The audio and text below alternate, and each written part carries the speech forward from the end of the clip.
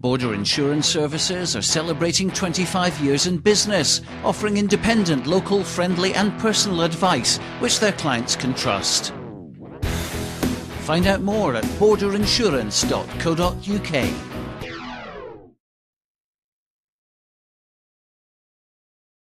It was always going to be a tough match for Dunfermline, who were all but relegated, coming down to face newly promoted HAWICK in their own backyard. But the young side, which included several teenagers, were always going to give it a real go, and in the first 5 minutes they took the lead, winning a line-out, and Jean Simmis strolling over for the first try. It stunned the local supporters, and 17-year-old Greg McNeish added the extra points with the help of the right post.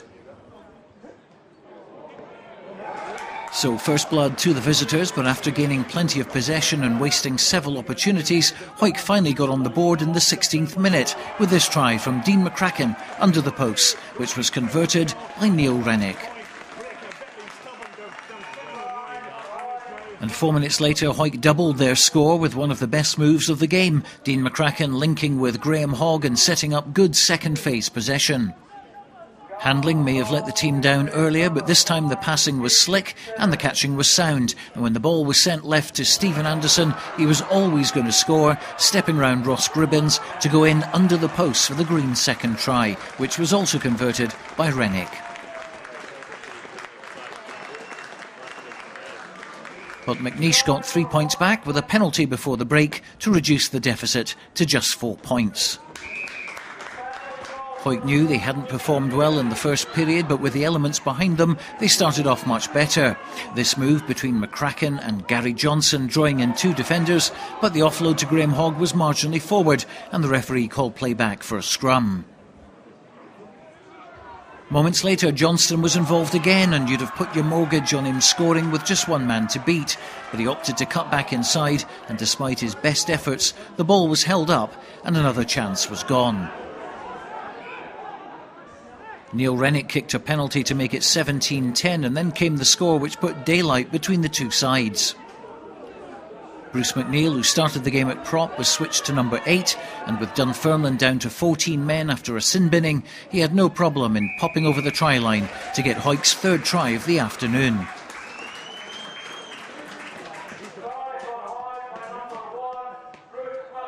And Neil Rennick's conversion made it 24-10. Greg McNeish added 3 points with a penalty for Dunfermline, but that was to be their final score of the day. From that moment on, the floodgates opened and HAWICK ran in more tries, including this one on 55 minutes.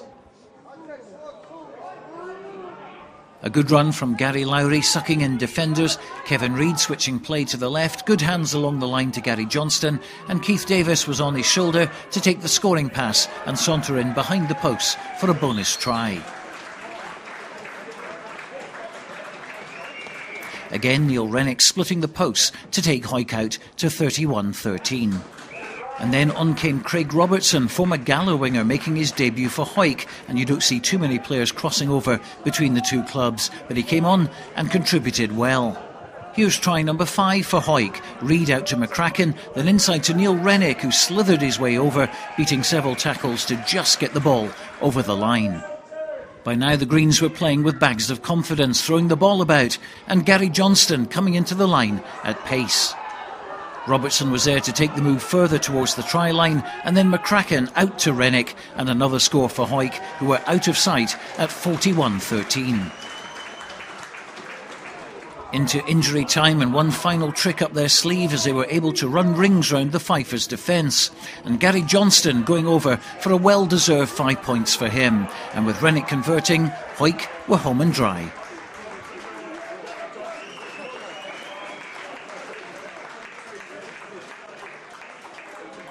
Well, it was a bit of an iffy performance first half, especially. I felt we were a bit slow getting out the blocks, but we managed to score some nice tries in the end in the second half. Neil Rennick and young rookie Johnson scored some good tries.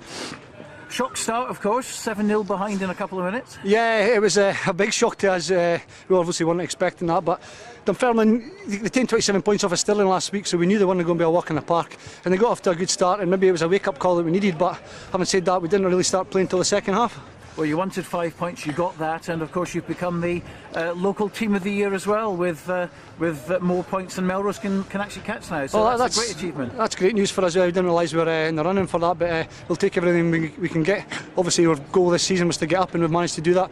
There's still a chance for us in the Border League, and now we've won that. It's excellent. Now, what's the latest news with you? Are you going to give it another season at least? No, this will be the last one. The body's just not up to the Premier Division, I think. I'm struggling in the second division now, so I've had a great innings. I can't complain. I've loved every minute. I wouldn't change anything for the world, so this will be the last one.